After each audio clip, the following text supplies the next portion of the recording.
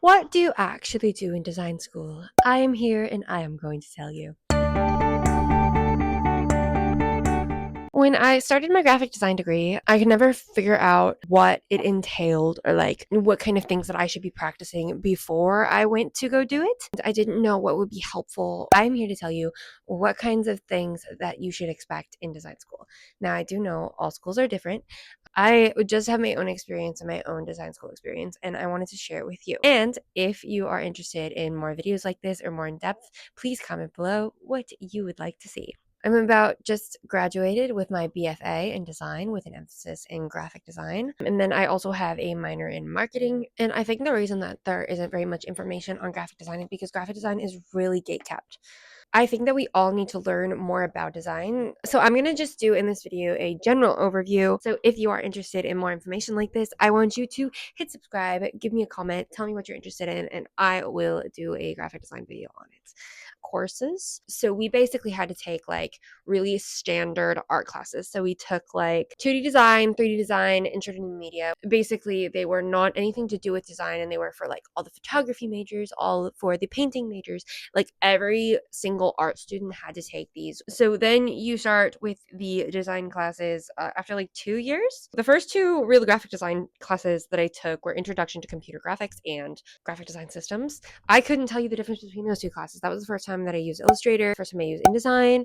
I took two different typography classes. So I took basic type and then this thing called advanced type. We had to learn the anatomy of type. So if you're really interested in typography, learn the anatomy of type. There's these websites and they like will teach you how to kern. Kerning is basically just the distance between two letters. Leading is another good term. And those things are going to be really, really helpful. And then learn the difference between the typefaces. Typography was the class that I was like most interested in doing. We did like a lot of word marks. I also took communication design, which is about analyzing data and formulating into things called infographics. Here are some examples of infographics. And then graphic production was about learning how to print. So like Pantone swatch, color management, learning how printers work, learning how printing processes work. So now we are into softwares. So we have Photoshop, which is, I use Photoshop the absolute least of all the Adobe programs. I know it's so shocking, but you literally just use it to color grade, edit photos. That's like it. Now we have Adobe Illustrator. This is probably my most used program. When I was first learning Illustrator, it was really difficult because I always felt like it was for illustration and it wasn't for me when I wanted to make things in graphic design. Onto Adobe InDesign is probably my second used program. Two key main difference between InDesign and Illustrator, the CMYK and RGB situation. So color management in InDesign is way more heavily used. So in the graphic production class that I talked about before, I'm going to use InDesign a lot more than I am Illustrator. The way that text functions in InDesign versus Illustrator is totally different. Now, those are the three main programs. So if you are going into graphic design school and you have any type of proficiency in those three programs, you are going to have a huge advantage, right? There are a couple other programs I'm going to talk about I feel like are a benefit for me as a designer, but they are not required. Let's first talk about After Effects. After Effects is my baby. I've used it for exactly one singular project in my degree. Figma is used for web design. You can make prototyped websites. I don't use this for my schoolwork, but I do use this for my professional endeavors. Canva.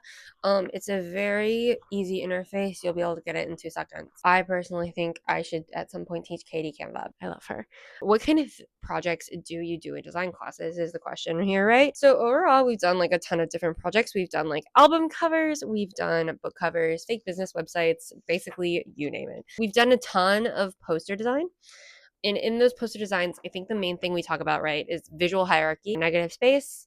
Katie could probably understand the concept of negative space and if the thing that you're doing conveys the purpose that it's intended for. The one type of project that I think that we are lacking in is logos, which is shocking to me because I feel like everybody would be doing logos. And if you're interested in any of this or any deep dives into anything I've discussed today, visual hierarchy, kerning, whatever, comment below and say anything. Katie's the best thing in the world. Thank you guys so much for watching and bye.